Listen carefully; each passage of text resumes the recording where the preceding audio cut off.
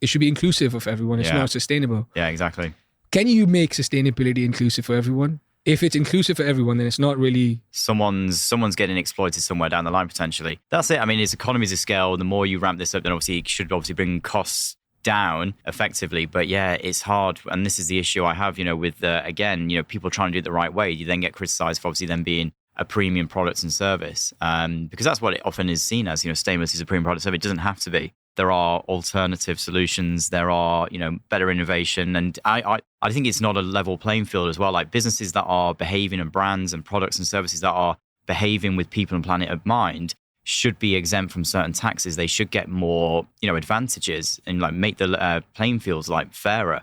Ooh, that's a good shout. I think even here locally, for example, if you're a sustainable business, because there's no video here, I'm putting this in air quotes, right? So it's just right, so it's sustainable businesses. And if you can showcase that, I know you're doing the B Corp thing, right? So let's say, for example, you're doing the B Corp thing. So any company that is essentially on that path, right, should get easier business account setups, for example, right? Could have initial financing for the first 6 months. Yeah. I'm not talking about $1 million dirhams here for the business from the get-go. Very small cash influx, right? Just so that they can, for 6 months, for example, go and set something up that actually makes a difference, right?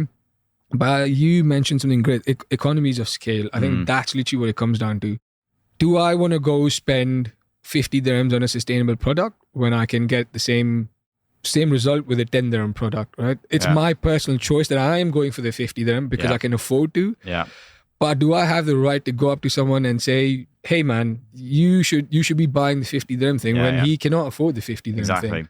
And I think that's where the sustainability kind of needs to change, or at least the conversations around sustainability needs to change. It's the balance of it. I understand your point of view.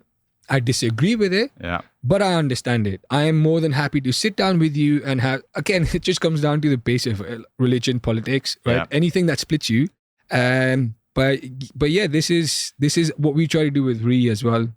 Have different conversations. Yeah. We still struggle because people are okay generating waste, but as soon as it's there one day beyond what it was supposed to be there, it's a meltdown. Oh, they didn't pick up my waste, they didn't do this, I have to drop it there. I'm like, you live in a 5-bedroom villa, right? You telling me you don't have space for one extra day. Obviously I'm not complaining about my service here, I'm just saying, but you live in such a big house, like you can keep the thing for one day, it's not going to hurt you, right? But it's that thought process of what you want to change. These are sustainable people, again, commas. Yeah. It's even the business side of things. Like when we go in and give them quotes, there's always a bit of an intake of breath. It's like we're talking to big companies. Their budgets are huge, but they're going to be... that's it. Everyone's apparently concerned, but no one wants to really pay for the problem. That's the issue. So this is maybe, I know Dan probably disagrees, maybe that's my sales aspect that I'm struggling with. Maybe I'm not getting the value proposition through, which is again a big thing. You need to get your value proposition in place, right?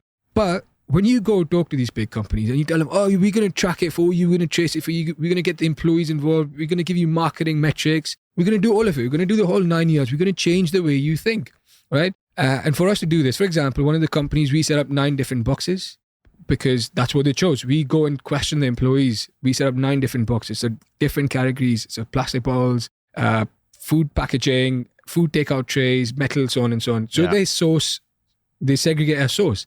Even then, the initial part of it was, oh my God, I don't know if I want to pay, but you want us to do the right thing, right? If you want us to do this, do you want your waste to go to the landfill? No. Okay, then why aren't you using the current solution that you have? Because it's going to the landfill. Okay, we are giving you an alternative, but I can't pay for it. Yeah. So I have to then go back. But this is the mindset that we have to kind of, your first point was the education bit. Yeah. Right? How do we Someone's going to pay for it somewhere. That's the issue. They have no idea about the waste that they're generating. So we go in and like, okay, well, by us taking this and us charging the fee for it, you're going to be reducing your municipal waste by potentially 50%, which is then going to reduce your costs at that point. So there's cost saving further down the line when you start to understand what you're doing. But all they think about is right now, I've got this invoice to pay. Yeah.